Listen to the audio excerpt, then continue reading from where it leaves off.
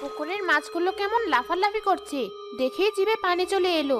পুকুরে ঝাঁপ দিয়ে কটা মাছ ধরে নিয়ে আসি।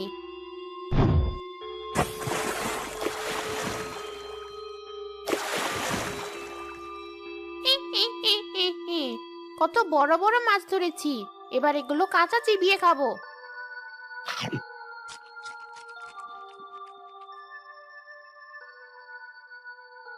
এই জায়গাটা আমার সাধনার জন্য একদম ঠিক আছে।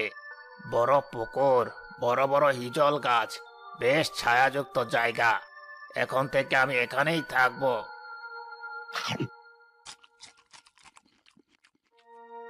খাচ্ছি তো কাঁচা মাছ, কিন্তু মানুষের গন্ধ পাচ্ছি। এখানে তো কোনো মানুষ আসেই না, নাকি আমার ভাগ্য আজ খুলে গেছে? কেউ মনে হয় পথ ভুল করে আমার কাছে চলে এসেছে।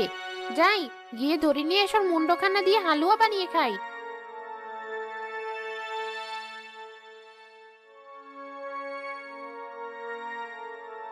এ কি, এ আমি কি দেখছি? এ তো দেখছি সাধু বাবা। কোথায় তাকে খাবো ভেবে এলাম, এখন দেখছি নিজের জীবনই চলে যাবে। একবার টের পেলে আমাকে আর আস্ত রাখবে না। পালাই আমি।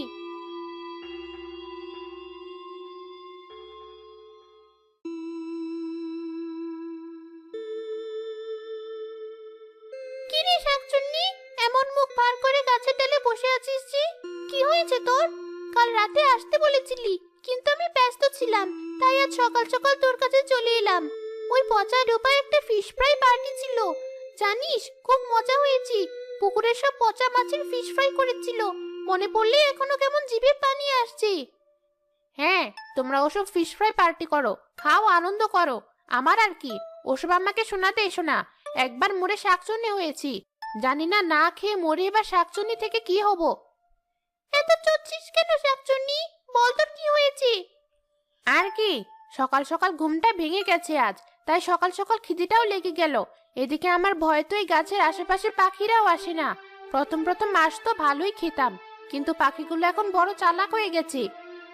আহারি, কি বলছিস? এত কষ্টে আছিস তুই? সে তো আমি জানতামই না।